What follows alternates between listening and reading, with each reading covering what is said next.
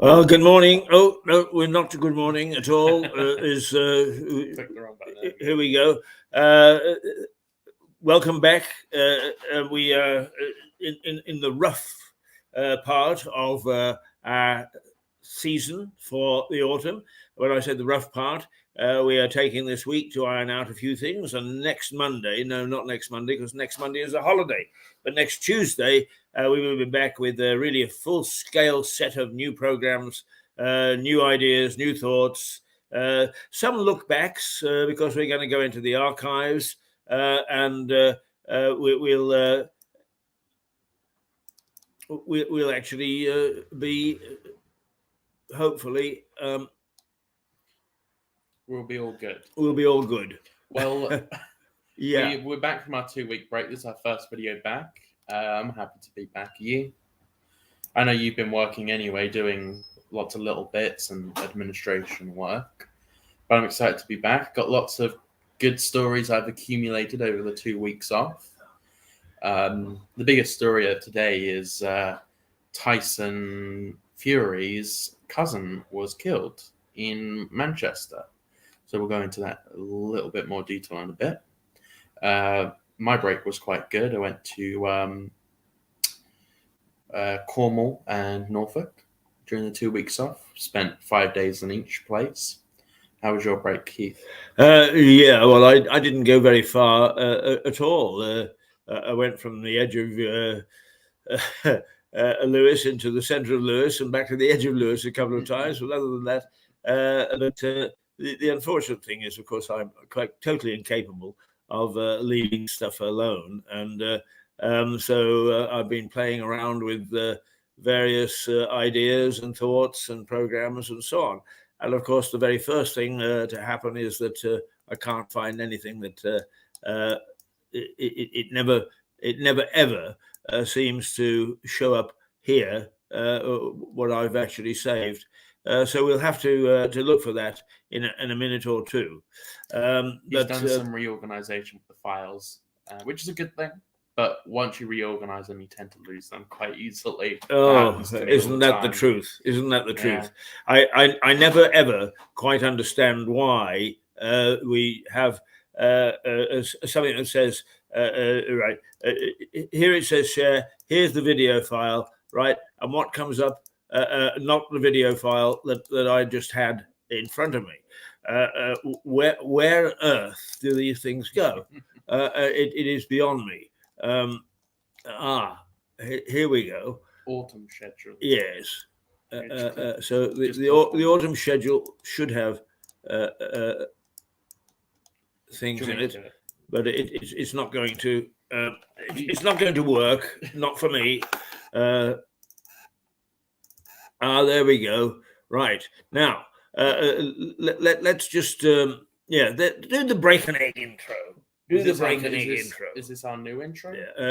Well, it's a newish one. Okay.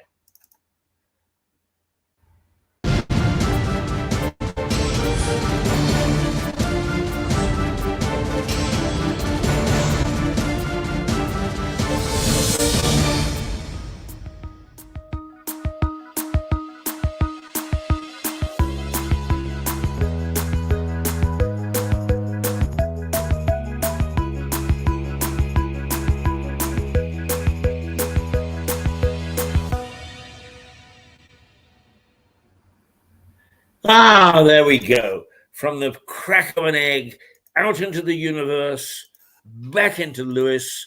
Wow, could you ask for anything more? Could you ask for anything more?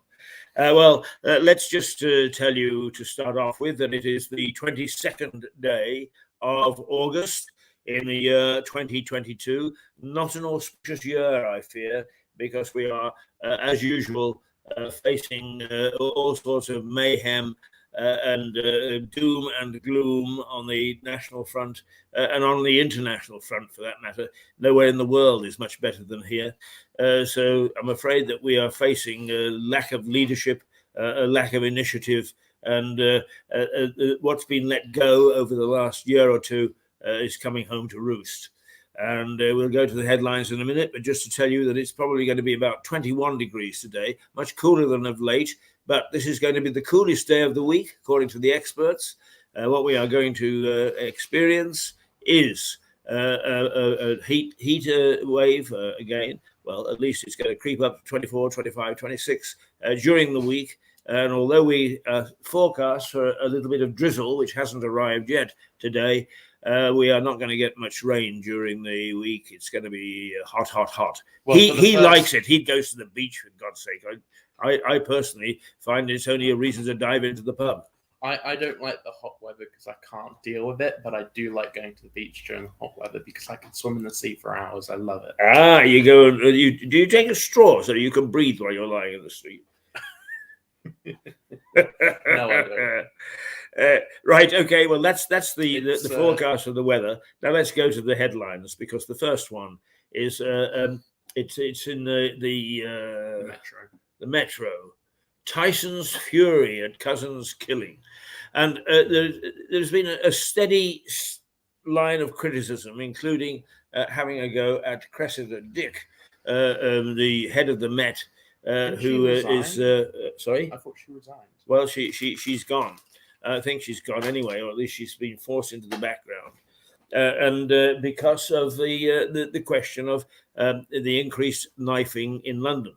Well, now this latest knifing is apparently it was the fourth over the weekend.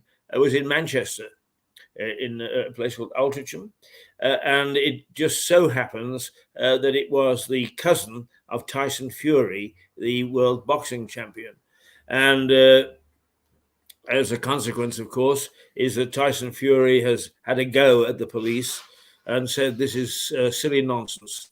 And Max came in and said, well, so they don't stop and search anymore. The whole law and order is breaking down. And, well, they got rid of stop and search because it was racist. Well, because black people being stopped disproportionately more than white people, which is true. That was a true statistic. But it did stop knife crime. Once we got rid of stop and search, what happened? Whoa, knife crime went way up. Shocking. Really shocking. Please do not talk common sense. There is no common sense in our society at the moment. No. Common sense has gone out of the window. So why should we try to be common sense? Now, the common sense thing is, of course, is to crack down. It's all very well to come up with all sorts of theories and woke stuff and all the nonsense. But the fact is, if you've got a knife sticking in between your ribs, you don't want to know about that. And if, in fact, as Tyson Fury has found out, is one of his relatives and one that he was very fond of, ends up with a knife sticking into his stomach and he dies from it. Sorry? This was in Manchester. In Manchester, yeah. Well, Manchester, most big cities are the same. Most big cities are suffering a crime wave. Well, there's actually more knife crime in London than there is in New York City. Wouldn't surprise me. Wouldn't surprise me in the least. Because we got rid of guns, so we could stop gun crime. And then we just have knife crime. Scotland got rid of knives. You can't have knives. So their knife crime went down, but their assaults went up. And so once you ban these things, you ban guns, they use knives. You ban knives, they use acid. They ban acid, they use cars. Criminals will always find a way to be awful people. Very true. Right, the Sun is the same. Tyson's hell as a cousin is knifed to death. The boxer urges a crackdown. Well, people have been urging a crackdown for quite some time. And of course, in its wisdom, probably because the computer hasn't bothered to get the message through to those people in charge, is they're paying absolutely no attention whatsoever. There's a third one. Who else? There was a third one. Yes. The Mirror. The Mirror, right. End this knife horror, says Tyson Fury. So the boxer is raising the level of awareness of the fact that knife crime is still really prevalent on our streets. And while the economy is in keeping with what's happening in the rest of the world and everybody else is having a bad time as well as us, is our knife crime is increasing. It's worse than New York now.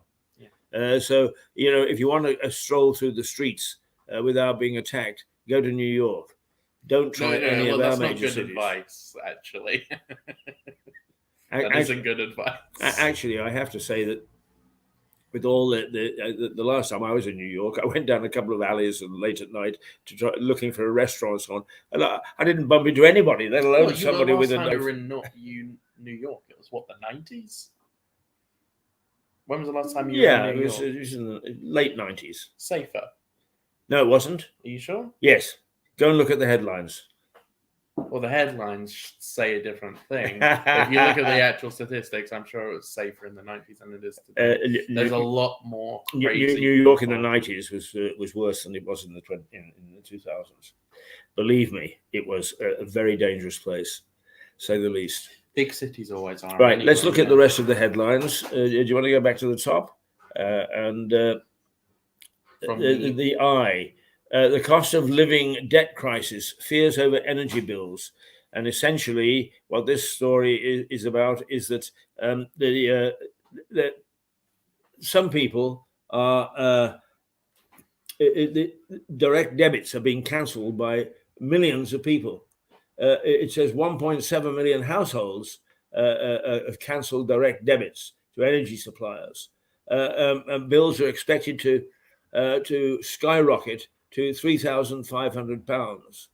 And so consumer groups fear that soaring bills could push people into debt or on a more expensive tariff, or that Age UK says there'll be record numbers of pensioners dying this winter to what they are calling a perfect storm of rising heating costs and NHS pressure. And another story in another paper about the fact that now if you call 111 is instead of the promised 10-second response, is sometimes it's taking up to 24 hours. So the whole of our fabric of our society is going down the tube. It really, really is. We're falling apart at the seams. And where does all this come from? From our leadership. Because those silly MPs decided to get all upset about their moral code being broken with ice cake at Christmas by Boris. Get rid of the man. Oh, let's all be moral. Let's strut. Well, what you've done is you've dumped the country into a mire that we cannot get out of. No matter how hard people try, we can't get out. And it was your fault. Your fault. You brought a hiatus of leadership just as the crises started to really get a grip. So hang your head in shame. I won't vote for any of you, not for one of you. I am pissed off with the system. If throwing up people like you to lead us is what comes of it, then it's time for change. Has there ever been an election you haven't voted in this country? Or is this the first time? I actually didn't vote when I was in Northern Ireland, because it was a different system and situation. I didn't feel chosen not to vote. Yeah, I chose not to vote. It was a different system. I wouldn't really have known what I was voting for, even though I was there to report on it and to understand. But in this country, or for that matter, in Canada, when I was able to vote, I've never missed a poll. No, I believe in voting. And I have not missed a poll locally. And that is a shame in itself. Only 30% of you locally bother to vote. And then the people here get us into a complete and utter mess. The thing is... And local voting is one of the most important ones. Yes, and one of those that is least reported. Yeah. Yeah. Well, what do the local politicians do? Oh, it's on our website. What they have ignored is that over 40% of people over 40 constitute 60% and growing in Lewis District. And that takes them out of the computer generation. A lot of them have problems with accessing stuff on computers. So what do the locals do? What do the local worthies do? Is do it on computer. Do things online. What idiots! What sort of idiots are leading us locally to do that? Well, they are idiots. They've done so many other things. not least of which is this last lot, the Rainbow Coalition, were tut, tut, tut. We've got to do away with the cabinet system. It's iniquitous. It is not fair. It doesn't show leadership. The moment they get power, what do? Oh, well, it's not so bad, right? Because now they've got power. And what are they doing with the power? Worse than the last lot. It is time for people to get a grip. It's time for our leadership. And I don't care. Strutting the stage is all that they're good for. We are doing this and we are doing that. And upon even the most flimsiest examination, you find that it's not at all. What they're doing is they're talking about what might happen in the future. It is absolutely appalling. Absolutely appalling. Earlier, you mentioned on the previous show about democracy and whether it's fit for purpose. What did you mean by that? Democracy? Well, first of all, it is we have a voting system to vote for MPs. Now, that's not too bad because we get 70% of people out to vote. But who do you vote for? You want to stand as an MP? Forget it. You don't stand a chance unless you join a party. And even if you join a party, you've got to go and be a nice guy and follow the party line. A party line set by bloody idiots in these parties who haven't a clue what ordinary people are going through. So they set the policies. You follow the policies, right? I vote for you. Huh. Piss off, Max. I'm not going to vote for you if you go through that system. That's not democracy. That is people who want power steering their way and creating a system where they stand at 1 in 1 chance. Because the Labour Party and the Conservative Party are no different. The Liberals are all over the place. They don't know where the hell they are. Oh. Right? So that's your choice. Yeah. Right? How many independents have we got in the House of Commons? Very few. Well, I don't think there is one at the moment. Possibly 1 or 2. Possibly. There's one Green Party member, and that's all I can think of. Well, shocking. It's Brighton District. Yeah, and even then, that's a party. Yeah. Yeah. With a sense. What we need is people who can react to given circumstances and our present thing. So that's number one with democracy. Yeah. Number two is locally the trouble with democracy is people, the very people that democracy is set up for. 30% vote in local elections, 30%, which means 70% don't bother their arse, right? All they do is that they complain once these people are in about what's happening. However, the complaints are very few simply because, Ceausescu in Romania was extremely good as a leader at cutting off information. In his time, no information flowed in about the outside into Romania, and nothing about Romania flowed from the outside. He actually cut it off. Well, this council is just about as good, because I can't find any proper information. What they do is they put stuff up on a website. Well, that's telling us what they want us to hear. There is no proper debate. Should we try and get a councillor on the show?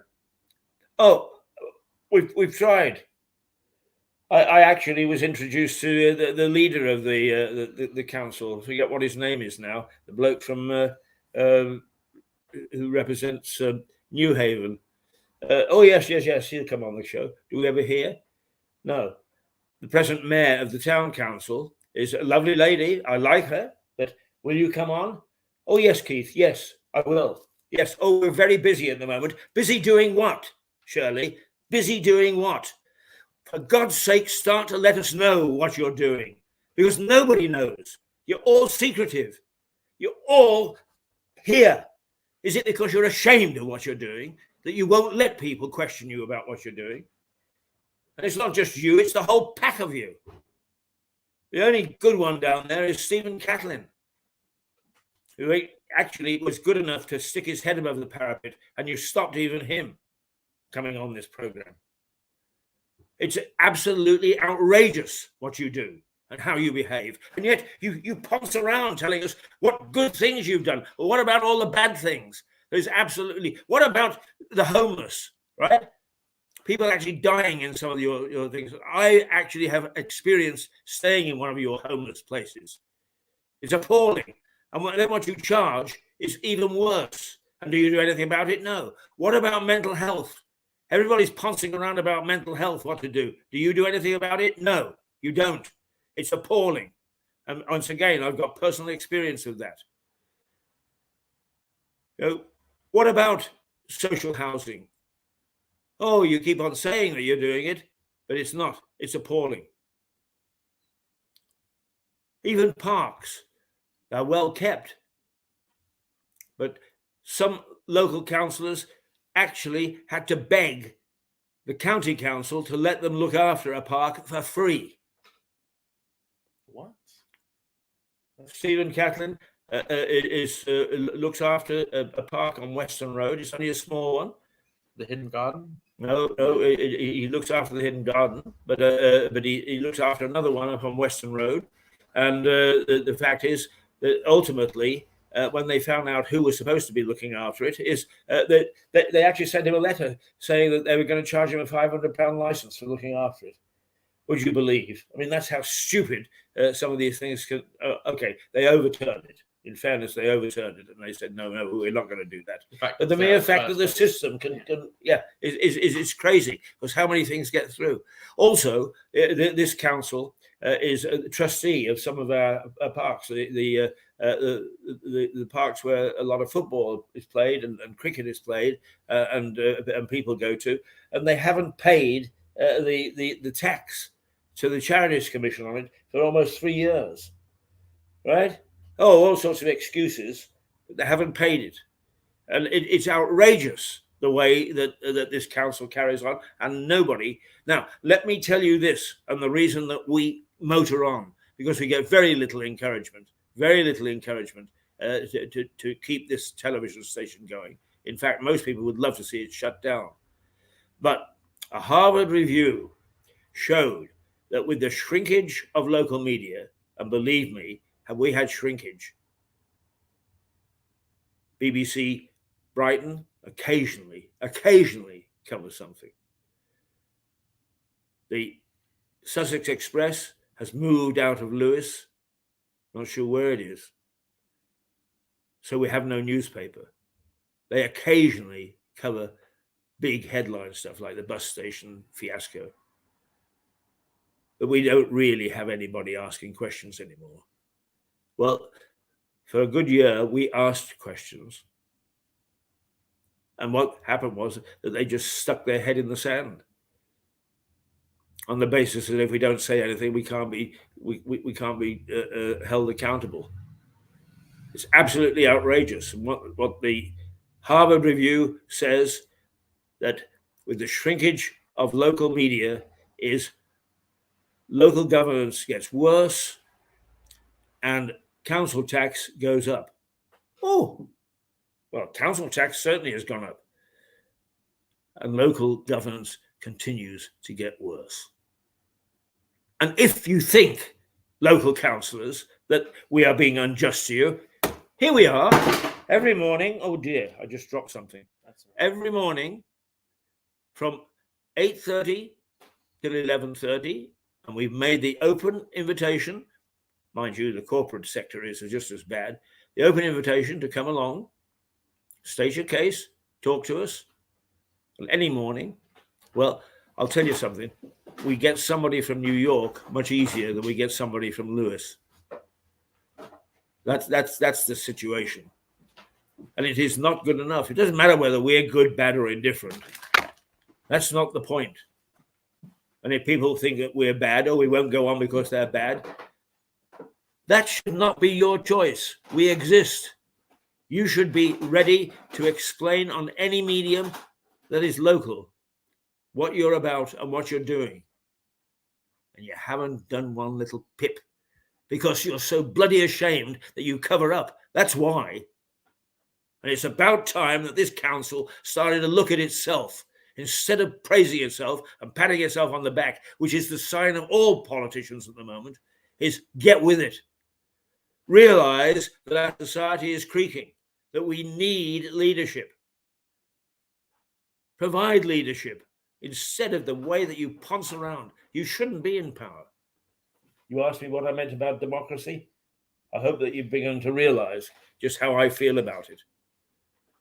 The trouble is that I'm not Unfortunately- absolutely sure what we have in should put in its place. Unfortunately, whilst it's not a great system, it's the best of a worst bunch. There is a system I have heard recently, which I do find very interesting.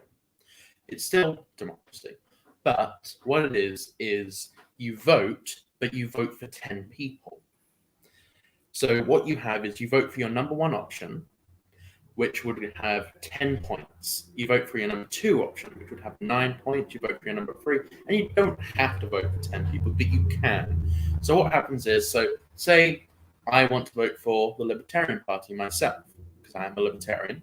So I go, well, I want to vote for that party. But my second option, that's the Conservative Party. My third option, I don't know, say my third option is Lib Dems. My fourth option might be Greens, whatever it may be. So, even if you vote for your favorite party, which for me would be the Libertarian Party, you still get to vote for the second best option, which would be Conservatives. So everyone's sort of happy because they all sort of go, well, it wasn't my top of my list, but it's still a decent party. Maybe not 10 votes. I think the example I heard was 5, because there's not. But it also let small parties become big. It actually gives that's way almost to proportional third representation. parties. You know the danger in that, don't you?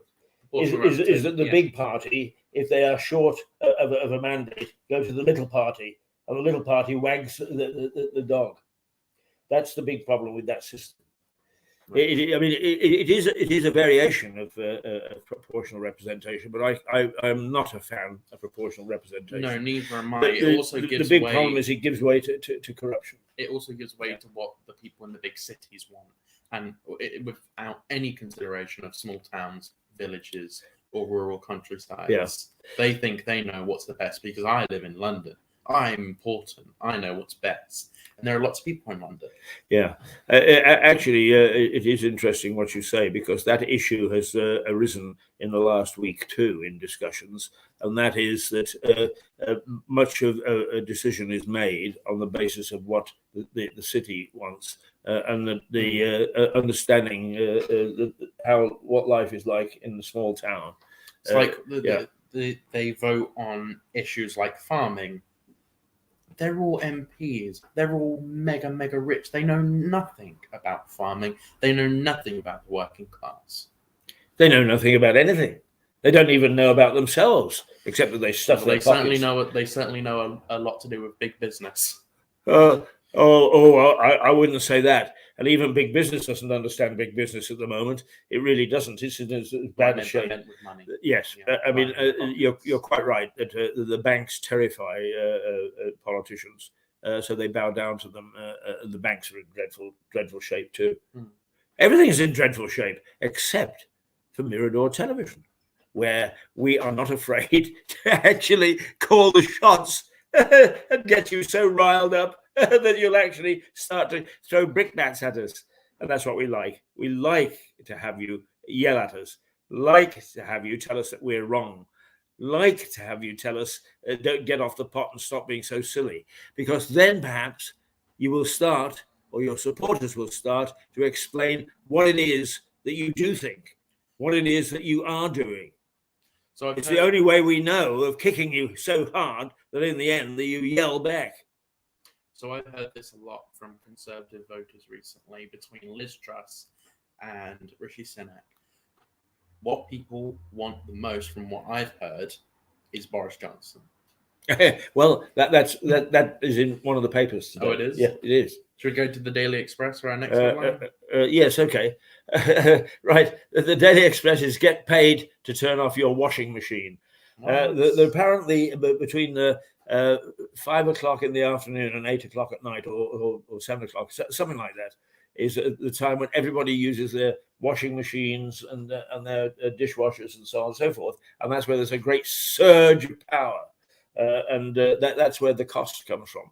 I tend to put the washing machine on in the morning so I can put it on the washing line so it dries throughout the day. Well, I mean, they're not saying that some of it isn't spread around the day, but this is the most popular time of day. In fact, let's just read a summary of it. The national grid bosses want to incentivize people to avoid using electricity between 1700, which is 5 o'clock, and 2000, which is 8 o'clock, which is described as the high demand slot. This includes power-hungry appliances such as washing machines, tumble dryers, and computer game consoles. An application has been made to the regulator Ofgem for permission to introduce the scheme by late October. Well, it's an interesting initiative. Yeah, I suppose everyone gets home from work around that time, and school, everyone's just put the dishwasher on when they come home from work, put their clothes in the wash after work, chill out, relax, play Xbox or PlayStation for kids and some adults. The Guardian it really thinks that there's nothing else happening because it's gone back to the crisis in care home staffing. I mean, how many times has that headline been throughout lockdown and COVID and post-COVID and so on and so forth? I would assume that all the Guardian journalists are on holiday. I don't really put much stock by that story at all. The Daily Telegraph, NHS 111 patients are on hold 20 times too long. It would appear that calling NHS 111 is you're supposed to expect a time of 20 seconds before you get a response. The average time has gone to 6.5 minutes, with in some instances calls not getting a doctor back in response for 24 hours. So that's another system that's gone wrong, right? Oh, let's rely upon the phones and so on. So less people, right? We don't, the wonderful thing about small shops is that you go in and you talk. I was in the charity shop Saturday, I guess it was. Yes, Saturday, at the bottom of School Hill. St. Philip and St. James. I go in there and I actually talk to a person, and it's refreshing. It is, because they understand your problem, they listen to it, and they try to do something about it. And if only the banks could do that, because you go into a bank and you have somebody there, very nicely dressed, very pretty, very polite, and you say, "Please, can you resolve this problem for me?" And they say, "Hang on, I have to call head office to see what the computer has to say." It's crazy. Why have anybody? And that's the bank's argument. We're closing branches left, right, and center. Uh-oh, here's trouble. Come on in. You don't know the half of it, mate. I tell you, the trouble's Pull up. coming your way. Pull up a chair. Take my seat. Let's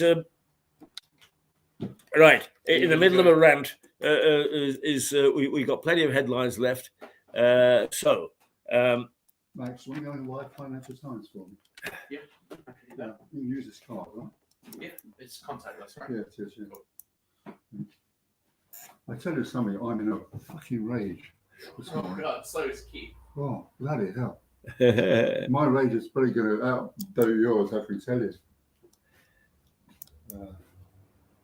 I need a 10 minutes to...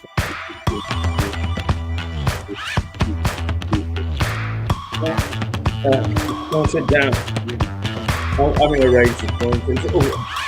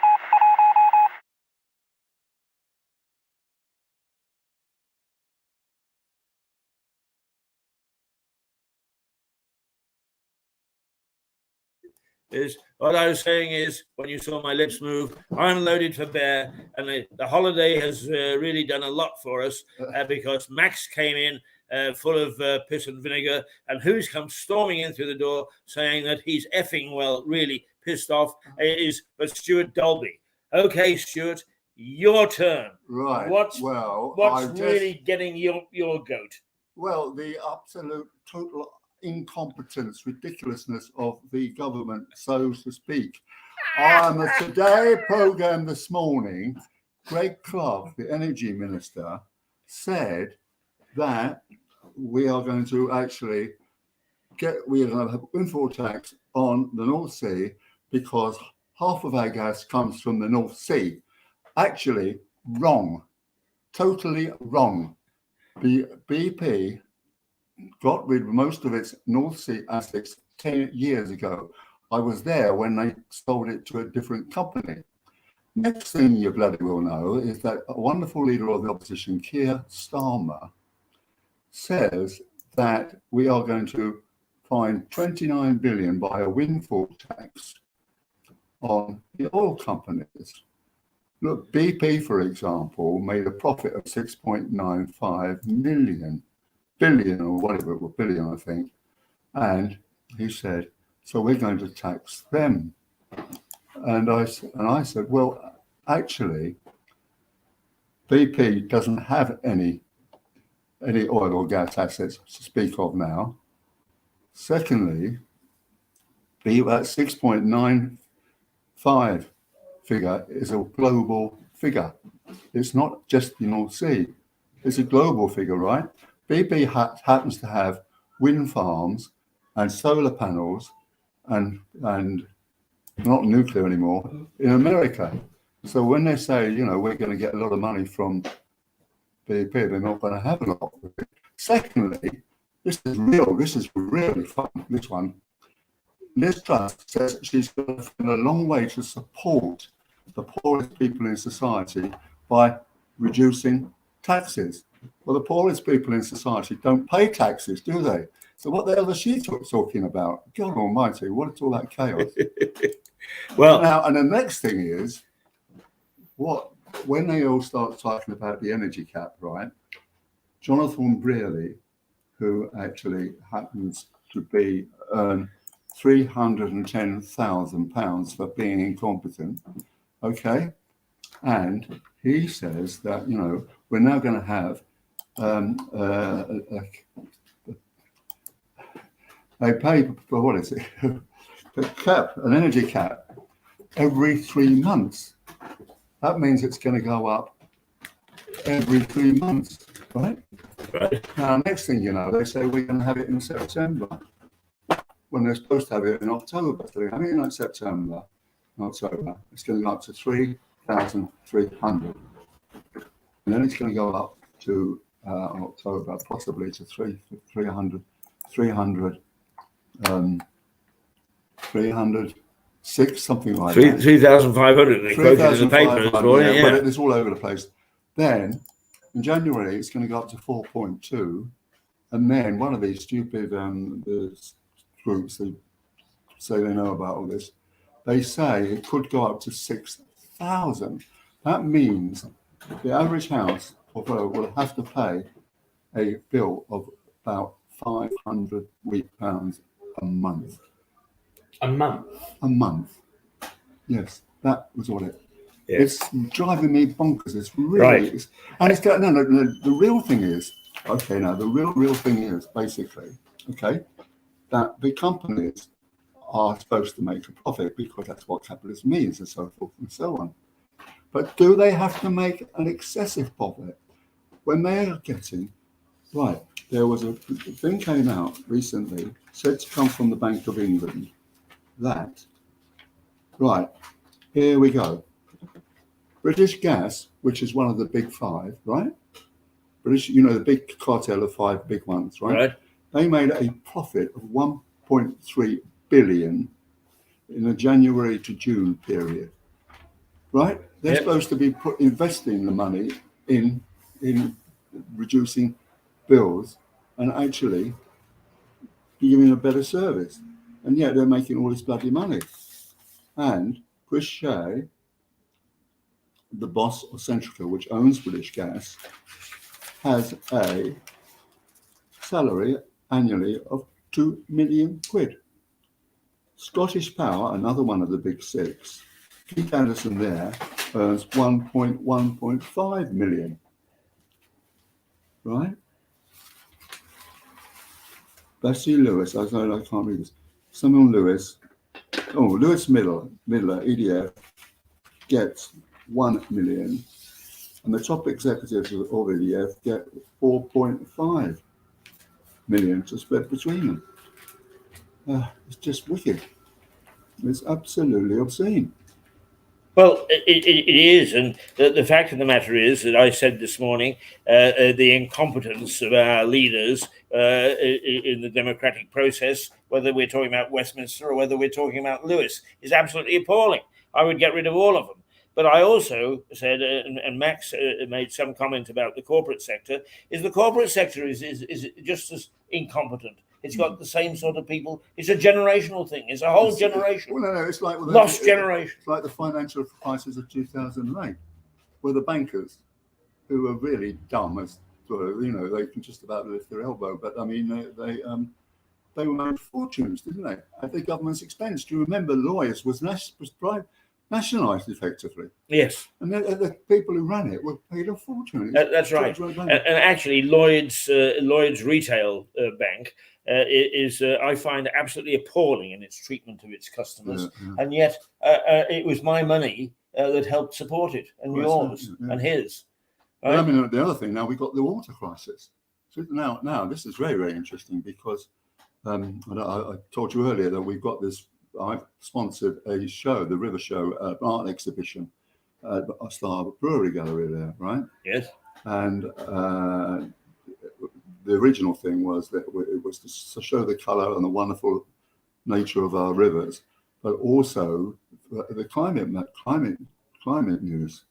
There's another climate problem to it all, because the coastal things, Seaford, and what is it? All along the south coast, they've been dumping. Southern Water's been dumping rubbish in there. Sewage. And who should be going down to swim in Seaford every day is one Matthew Bird, who is the cabinet minister for climate change. Now, to put it mildly, I personally find Matthew Bird 100% incompetent, because I had an experience with him 2 years ago. No, nearly 3 years ago now. I was at a sustainability meeting in the town and about bringing carbon emissions down by 2030. And I said, how are you going to do that? He says, we're going to actually install electric charging points and plant trees. 2 years on, how many electric public charging points are there in Lewis? 8. Yeah. That's competence for you, isn't it? Absolutely. Well, I was just saying, they ponce around. They make statements that makes it sound as if they have done what, in fact, they say they are going to do, but they never get around to doing what they say they're going to do. Yeah. I mean, it's absolutely appalling. Absolutely appalling. And I'm glad that you're loaded for bear this morning, because I was and am. I just like to think that it's not just me that gets carried away with these things. Because I've been writing about these things for years. You have, I dare to say that I know what I'm talking about, and it's just really excessive capitalism. There's been a systemic failure of policy since it started. Way back in 1974. And then when the great Mrs. Thatcher got rotters cotton socks, if she wears them, wore them, and she privatised them, which led to a credible number, well, not an oligopolistic cartel, who put the prices up just as they saw fit, all over the place, until it became a political issue, and then that was back up because David Cameron was told to get cheaper followers. Yes. Mind you, with all due respect to the energy companies who are privatized, who are state owned, they were part of the reason that the country was broke in the 1970s. Is what I think is that privatization was necessary, but they weren't selective. They privatized everything, and that's no policy at all. Well, it could have worked because of the dash for gas, which it did work, in fact, because there was a lot of gas then. But there's not a lot of gas now. I mean, we've really run out of gas in 2004, basically. Yeah. Now there was an article, 3 or 4 weeks ago, Stuart, that said that Boris, while Boris was still in charge, had given a license to I don't know whether it's British Gas or somebody to start to explore more North Sea gas fields. But you have some thoughts about how much gas is left in the North Sea, have you not? Yeah, I don't think there's very much. It's certainly not 50% worth of our what's it? No, it's there's not much there. I wouldn't bet it. I think we ceased to be self-sufficient in gas in 2004. I may be wrong. I think that was the right date. Hang on, look. While we're on the subject, look at this. Bulb is a failed bloody energy supplier. And there's been an auction about who's going to bail it out. Look at the bill to bail it out, $4 billion because of hedging ban for state-owned groups. God, bloody hell. Fish may fly, huh?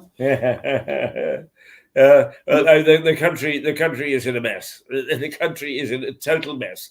I'm sorry, but our leaders are the very first to wave the flag and say how wonderful they are when things go right.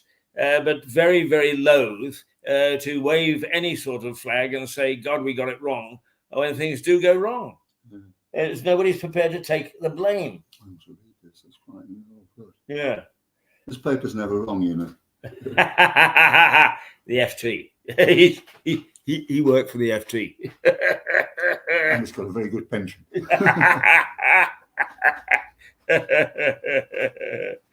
Right. This is the greatest newspaper in the world now because it's totally objective. Well, actually, I would agree with you that the Financial Times is objective. The only problem with it, if you like, is that its main readership is the business community, not the average guy in the street. Sorry, wrong. I don't think the average guy in the street reads, but it's not just the business community. It's a lot of very clever people, other clever people, and so forth and so on. No, I agree with you. I mean, the people in the street just see the title and they think, yeah, not for us. But I think that's changing a lot, because now with online. Well, when I was back in the day, right, it used to make about 286,000 sales, yeah, and it would go up according to the national thing in terms of because its main form of income was what's known as tombstone ads by companies trying to float themselves on the stock exchange.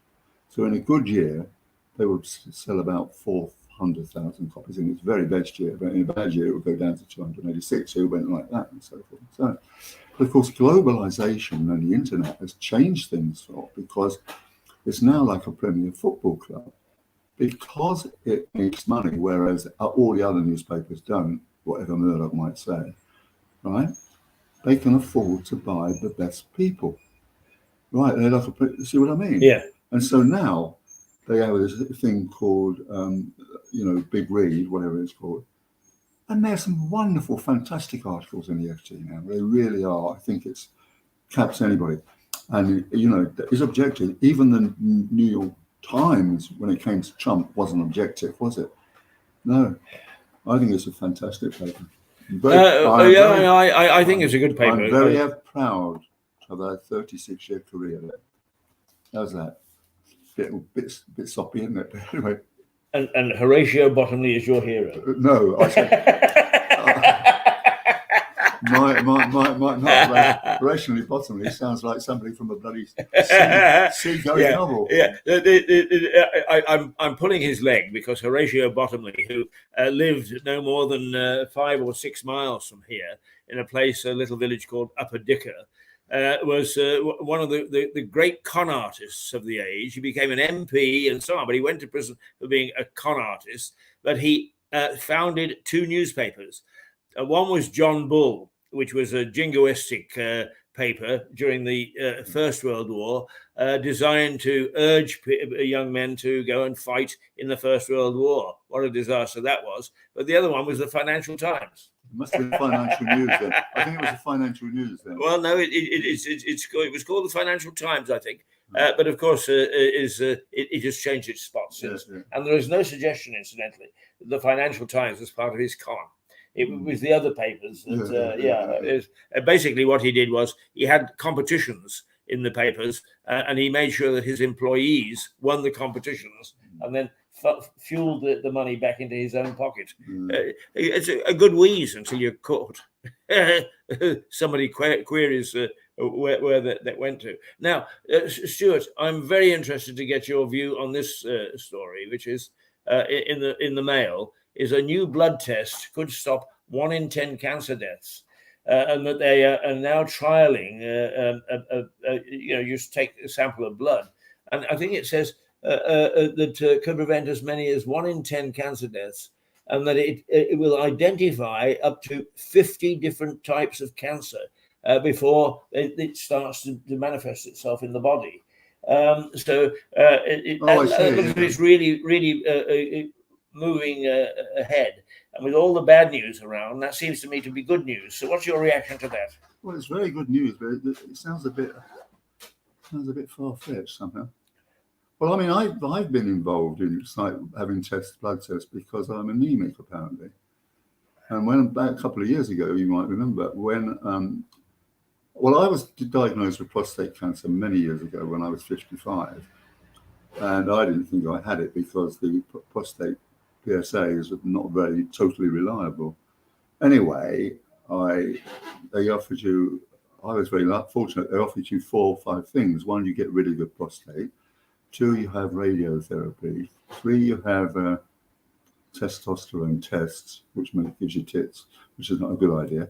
And something else, the 4th one. And there was, I can't think of what the 4th one was. But anyway, there was a 5th one called brachytherapy, which nobody in England had heard of. But it was the gold standard in America. Brachytherapy is spelled BRACHTHERAY. Yeah, are you listening? All right. Yes, I am. Yes. Right. You go ahead. And you can be seen. It's all I the don't. thing about it was that it was a direct implantation of plutonium.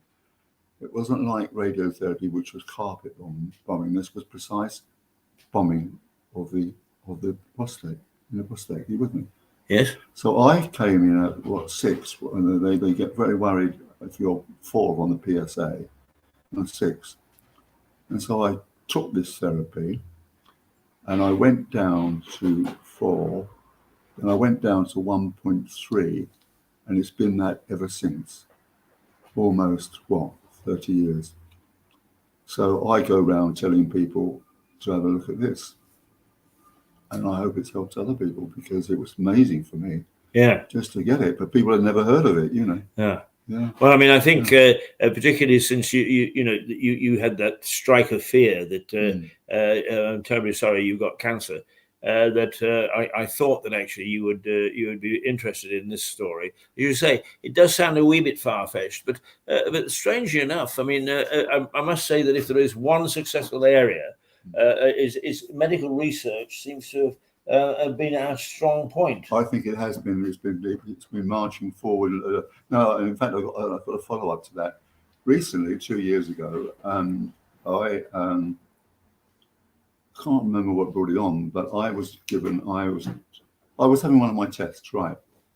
And they said, "Oh, you are anemic, and also you seem to have lost an awful lot of weight suddenly. Therefore, we ought to give you a fit test." You know what that is? Where they take a bit of poo. Oh, right. And because those 2 things together, weight loss, and the first thing, what I said, what was the first thing? I said, weight loss and anemia. Right. Meant I could have colon cancer. Okay. Uh-huh. So they took this fit test, And he said, oh, it was very marginal. My doctors have a habit of calling things marginal, you see. And I said, well, right, what about the thing? She said, well, you had this immediate. I said, I haven't had immediate weight loss. I said on March the 23rd, I didn't have a drink. I didn't fancy one. That was when they, epidemic started, You're right. right? And I didn't have an alcoholic drink for 10 months. Then I had another couple of months when I had the drink, and I had another 5 months. So it was hardly an immediate, if it was an immediate weight loss. I said, oh, okay. Well, look, we're going to put you through some procedures. That's what they call them, procedures. I had to have a gastroscopy and a colonoscopy. And, God, they were a pain in the bum. I was unable to speak. And, excuse the pun. No, the gastroscopy was really almost choked me. That was fine. The colonoscopy was actually aborted because the surgeon said, I think he had a meal to eat the night before. And I didn't have that. I didn't have a meal the night before. So I got very cross about this and said to Robert, and I said, anyway, we'll do a CT scan to see whether you need another one. And I said, oh yeah, well, the CT says, well, have another one. So I had another colonoscopy, and it went in and round and up and down and round and down. And they said, we cannot find anything wrong with you. So I said, well, what the bloody hell am I doing in here then? And then the second said, but we have missed the last 6 inches. So we're going to have another CT scan. I go, oh, God, how long is this going to go on? And they said that the 6 inches they couldn't find. So it went back. So it went back to the doctor, and I said, they said there's nothing wrong with you. And he said, no, I've got the report. There is nothing wrong with you. I said, well, why did you tell me to go and see them? Right. Okay. Now, where are we and who are we? Let's just tell you, we like Lewis. Yes, we do. Sometimes. Sometimes.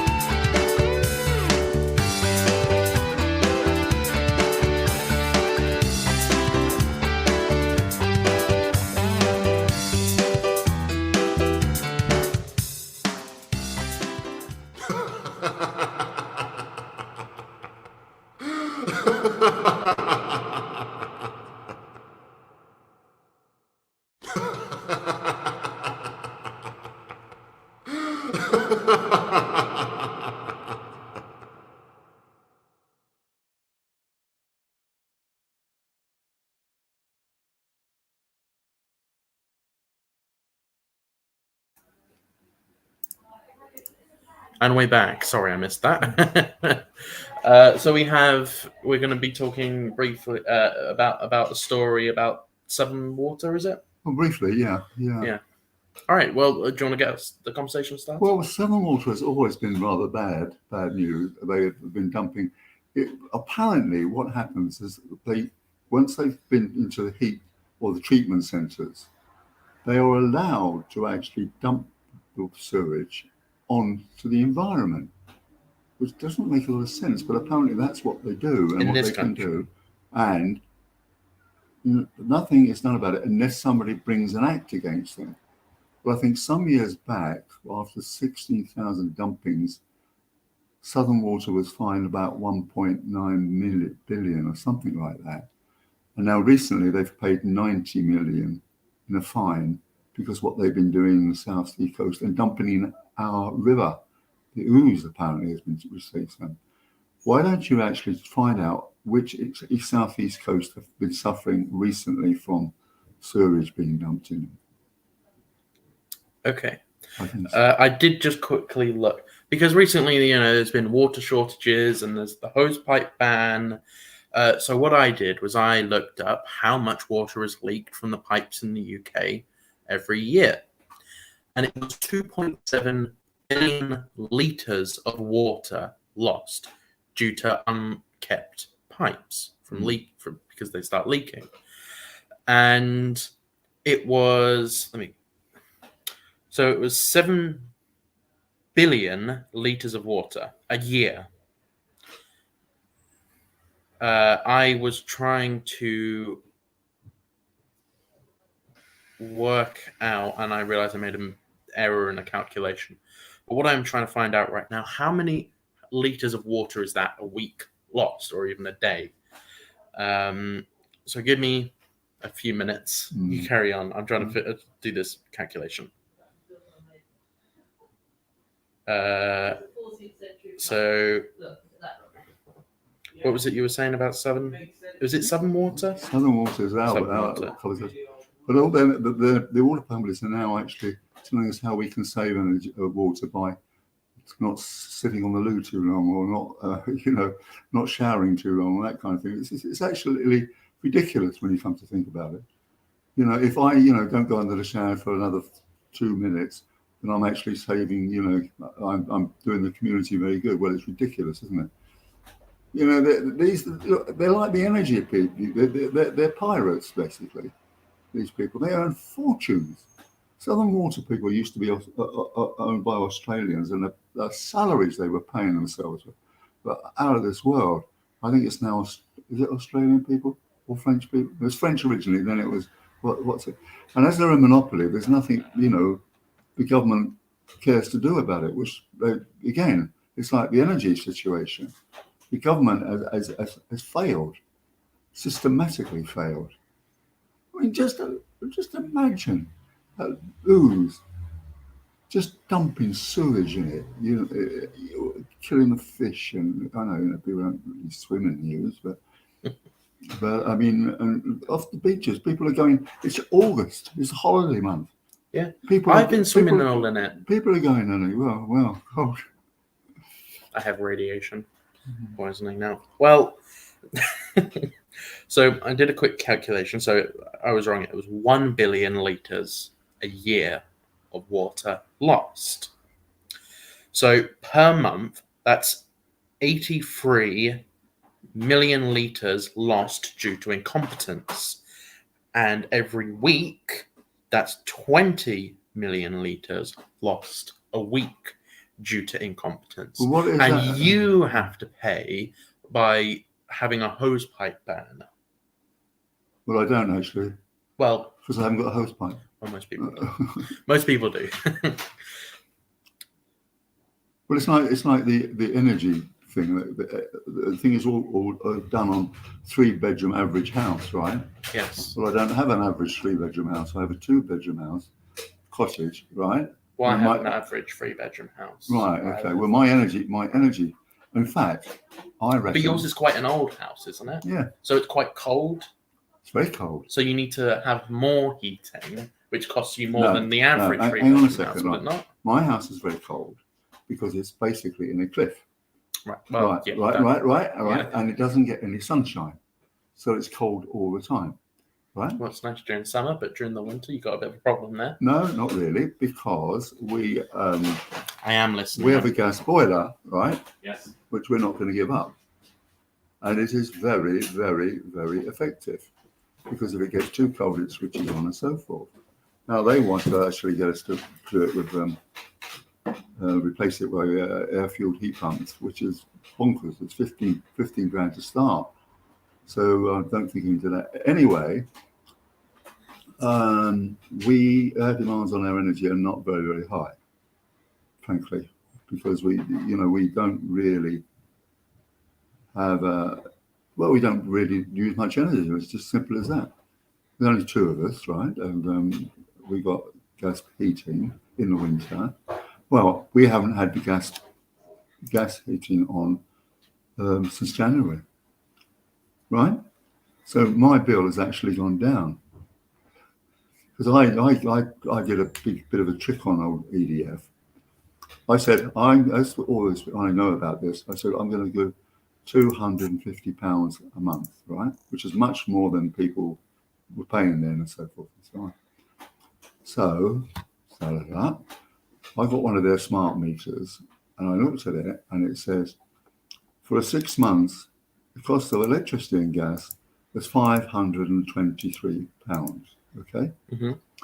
And I got a bill for the 3 months from end of March to the end of June, 641 quid. And I said, well, 641 quid. yeah, Over how many months? 3 months. 3 months, right? Okay. Right. And I said, well, you owe me money. They said, oh, do we? Yeah. I said, yeah. Okay. I said, right, now, what are you going to give me back? They said, oh, £100. Right? I said, well, that's not enough. And we went into it, and I'd forgotten this, that the year before, they gave me back £250. Right. Right? And so I got £350 back from them. And I still didn't think it was enough. And they said, they looked at mine and they said, oh no, well, we're going to actually, they finally gave me the August bill of £157. Oh, I wish I only sort of got the credit interest rate on the 350. But that I just did it as an experiment. And of course, the thing is that the smart meters don't give all the data. In fact, there was an article in the Sunday Times which says that one lady sued them because she felt that the smart meter was telling her lies. And And it was. And she got £160. The smart meter just says certain amounts. It doesn't give you the entire amount, No, which it doesn't. they get. But they don't want to tell you that. No. But you know, Even though they already so have the you've got the same thing with the water gas as you've got with the Energist. The only difference is, of course, is that each supplier is not a monopoly. So there's this extra dimension to the water stuff, that they're a monopoly, and it's very difficult, to actually just overturn a monopoly. And it really makes your blood boil, doesn't it, when you think about it? Dumping the stuff on the sea when the kids are going out to be on the beach and that kind of thing. Yeah, I go to the beach all the time, and I'm supposed to be going to swimming tomorrow, and now I'm having second thoughts. Well, I don't think Brighton's been affected, is it? I'm going to Worthing tomorrow. Ah, Worthing is one of my favourite towns. Me and Leslie Yeah? lived there for a while. Yeah. Oh, did you? Oh yeah. Well, one of the nice things, it's not like Brighton. You don't have to go down layers and layers of Yeah, to get it. it's quite flat. It's right there. It's Yeah. right there on your doorstep. It's lovely. I've swam in Worthing Beach. Worthing is nice because first of all, Worthing is flat. It's not very hilly, and once you get in the sea, it goes out for ages. I went to Worthing for the first time 3 weeks ago, and I was very shocked because the sea goes all the way out. How far before you can swim? How far can before you? if it's low tide, you are genuinely probably looking at a mile. What, to get out there? Yeah. You walk a mile into the sea. You can at low tide because it's so flat. Do you know people in Norfolk die because of that? Really? Well, because it's so flat, right? Right. Okay. When it goes out, it comes out, and kids are in their boats, and it suddenly goes out, and the boats go whistling out to sea. Kids get killed. It also happens in Suffolk and Southwold, where we've got a beach house, and there's a little bank just out the back there, which disguises it. Disguises that that's the bank. But Okay. little kids go flying if they're not careful. It's really weird. Do you live near the reactors? Unfortunately, yes. Well, How far away is it? Do you know? Well, Is it? Can you see? Is it viewing yes, distance? there's a gas. A sizable B at the moment. Yeah. Isn't it? There's sizable C's coming up. It's terrible because not only is it near, well, not only the people, Minsmere, one of the best bird sanctuaries in the country, is right smack dab next to it. Last time Leslie and I were up there, we got slightly lost, and we walked through the woods, and it was like being in the petrified forest. It really felt like that, you know. It really felt sort of. Oh, but you know what? I just remembered about the water. Do you know, with the water we're with Southern Water, right? Yeah. Do you know who owns 20% of Southern Water? No, China. really? Why does China want to own 20% of our water supply? Because they want to rule That's the world. interesting. Look. Why do you think they've invested in Dhofar, in Somalia, and in Yeah, they're Zimbabwe? all in Africa. They invest in Africa. Africa are a push have, but they're investing everywhere. Yeah. Because they are now, as I told you the other day, a capitalist economy. They might not be politically that way, but they are economically that way. They want to control the world. All dictators want to control the world, don't they? I mean, that's the whole idea. It's really terrifying in a way. But I think ultimately they come unstuck because America's got more cash, but maybe not.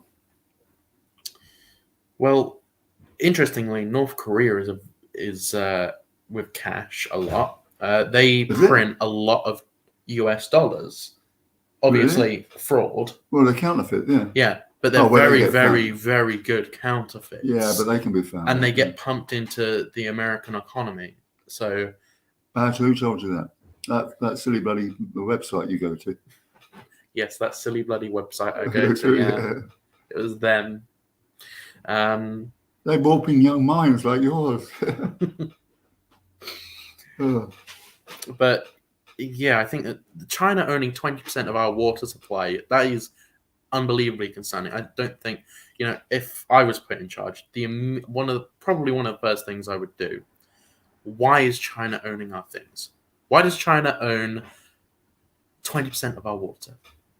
Why does China own part of our nuclear power, our nuclear power plants? Oh well, do you know That's a terrible idea? Do you know the story of that? I do know the story of that. Yeah. What is it then? Theresa May sold nuclear. No. I tell you what happened. Okay, go on then. Right. Back in the day, George Osborne was Chancellor of the Exchequer. When he bribed the Chinese to actually invest in our nuclear situation. When right? was this? This was when George Osborne was Chancellor, right? Just towards the end of their Cameron, right? Right. And they put 6 million. It was 24 at first. They put 6 million into the 18 million charge, or might have been billion, right? And he gave them, I think it was 2 billion or 2 million bribe to do this. And they said said, we'll only invest in Hinkley Point if you allow us to have 3 more nuclear plants designed to our design, but built to our design.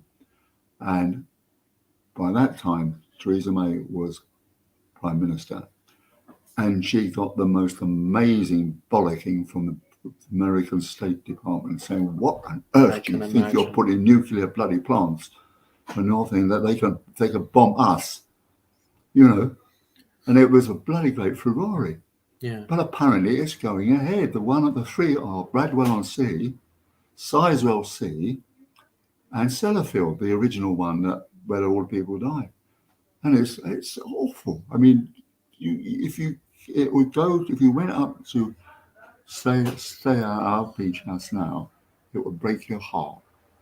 It's awful. It's like some ghastly thing on the horizon.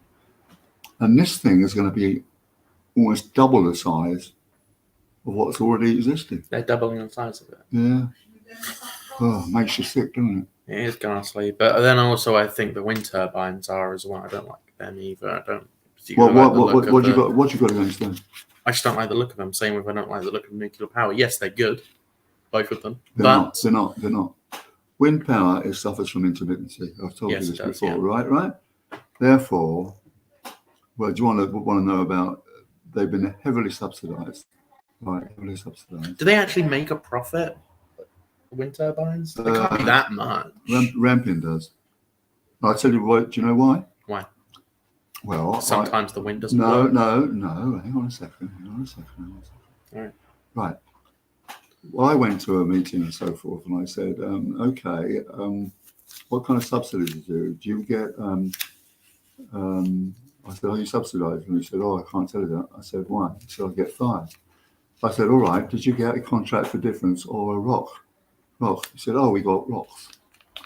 You know what rocks are? No. Renewable obligation certificates, right? Right. And they are a subsidy which Gordon Brown brought in, okay? And as they're an offshore, they get 2 rocks. That means they get a certificate or money, if you like. The electricity at that stage was £40 a kilowatt hour, or is it megawatt? £40 a megawatt hour, right? Yeah, megawatt hour. And then on top of that, they got 2 rocks, which were £50 a megawatt hour, right? So Rampion's energy was £140 a megawatt hour. That made it about the most expensive wind farm in the country. Where's this? Off Worthing and Brighton. Oh, it's the one. Yeah. All right. Yeah. And they almost lynched me when I was at Elephant and Castle for saying so. Was it a rock? I said no, and I was almost lynched. You know, not going back there again. They don't like me. But the rock certificate was. The argument was that these are infant industries and therefore they need support. Right. And so I can understand that. Yeah. Yeah, you can understand that. And then they gave those rocks. And no, in fact, that actually, the confidential difference, which is the one that Hinkley Point's got, it was they suggested they did it for the energy companies. So you know what a contract for difference is? A what? A contract for difference. No. Right. The government strikes a deal with the companies, okay? So they strike a deal that the windmill, let's say, with an energy company, they strike a deal with the companies, the energy company, about what the cost of the thing will be, yeah? Or the project will be. Now, if the gas price goes beyond deal struck, the difference is paid by the government. If it goes below the deal strength, the company has to pay. Yeah, you with me? Yeah. Now, for wind powers, it worked brilliantly because they would strike a deal about the cost of building the wind power, right? And if the bill went up, which it often did, the government had to pay more. If it went down, it never did. It never went down as far as the cost. You see what I mean? Mm. So they got it for nothing. So it worked terribly well for renewable energy. It worked very well. Right. Okay.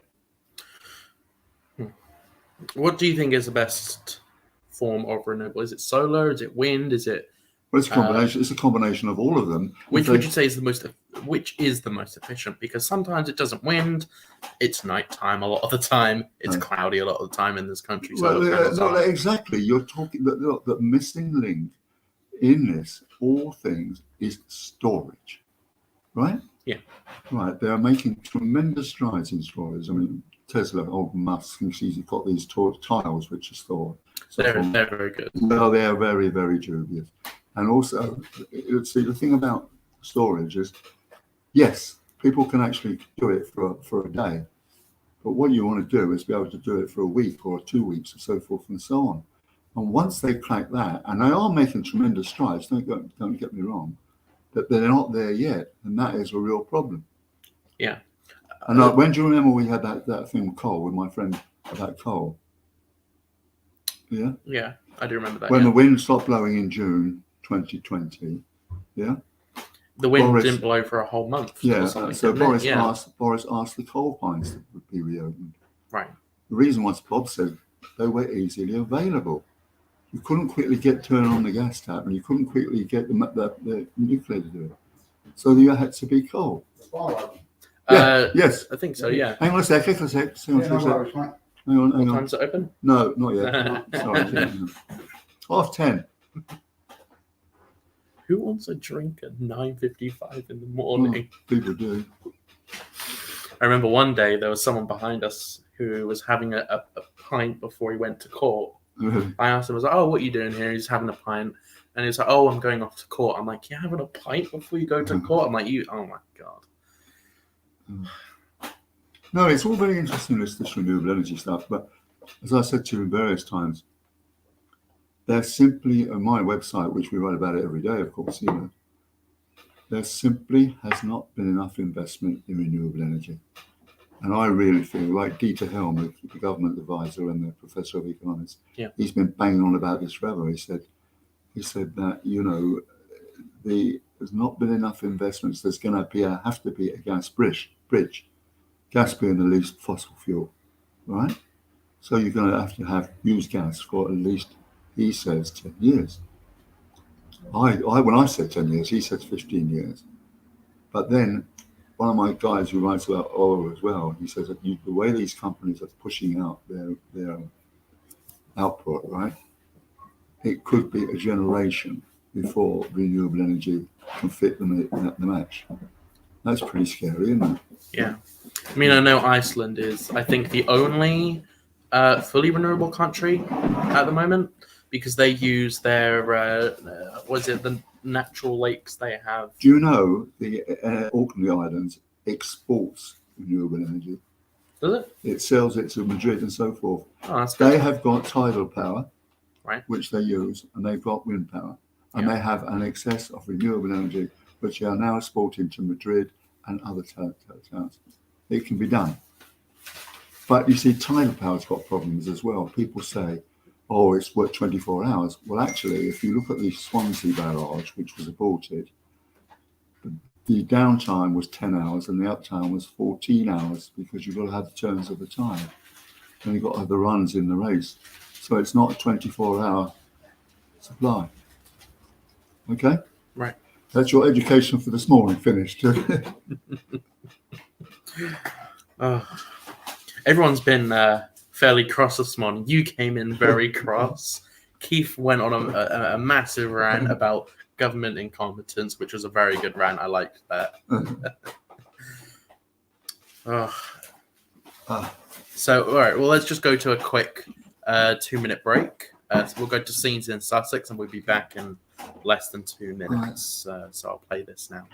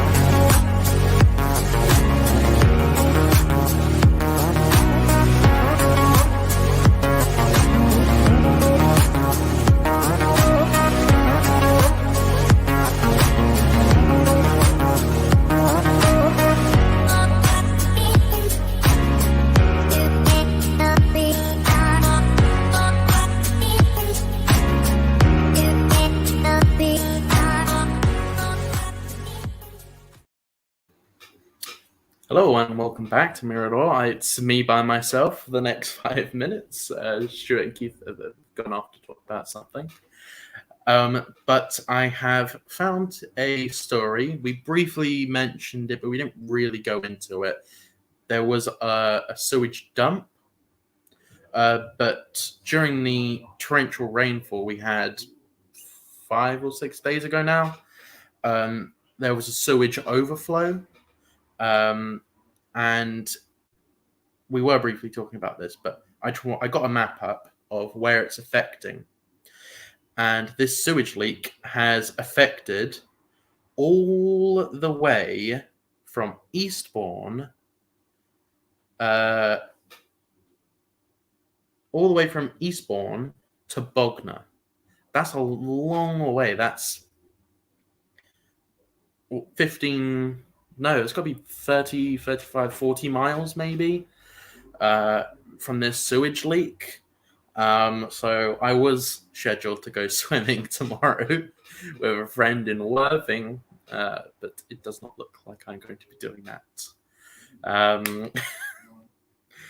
So that's unfortunate. But yes, there's been massive sewage leaks due to the rainfall, and also due to not incompetence, actually malice. The sewage companies are purposely dumping it in the water. In this country, not in third world. Well, they are doing it in third world countries, but that's where you usually think about these things. Oh, these disgusting third world countries are throwing it into rivers. But no, it's going in the River Ouse, where we are, here in Lewes, based in Lewes. Like, the river is 200, 300 meters, 400 meters down the road. Anyway, very unfortunate. But I do have another story here. Cineworld issues a statement amid bankruptcy reports. So this is just another one of the, I guess, it's to do with the high street collapse. I'm sure you've all noticed it. But a lot of the shops are shutting down. Rent's too much. People aren't going to the high street anymore. People are buying on Amazon, which is a big problem as well. And people aren't going to the high street. And this is the same with the cinema. The cinema, you can get everything online. To be honest, I'm somewhat guilty of it. I do every so often go to illegal downloading movie websites to watch the latest movie because I can't be bothered to pay the extortionate prices that movie theaters want to charge. Sorry. So I am a part of the problem. But Cineworld issues statement amid bankruptcy report, and potentially the Crawley, Brighton, and Eastbourne cinema will possibly be closing down. This is just another case in the death of the high street, which is a real shame. Because I do like going to the movies, but I can't particularly afford it anymore, even though I'm on a decent wage. I have a job. My friends have jobs. It's just too expensive. I'm not paying £15 for a cinema ticket to do something I can watch online for free. I can't. We have a few more stories. Oh yes, the postal workers recently went on strike over pay disputes. When did they? Are they going on strike, or did they? Oh, they're going on strike between Friday the 26th and the 31st of August. So next week. No, that's this week. And the 8th and the 9th of September. The union manager responded by imposing a 2% pay rise, which they then rejected, which I can understand why they did that. They are demanding the increase in wages go up with the price and inflation, which I can understand. Everyone wants that. But not everyone... Yeah. I can't remember what it was. I think it was the rail union went on strike, and they said no to a 7% pay rise and demanded a 10% pay rise in line with inflation. But the problem with that is they're like they. I'm struggling with my words here. Let me just go to a break. I need to sort this out. There's been some technical issues. We go to Garden Park, and whilst I try to sort this out.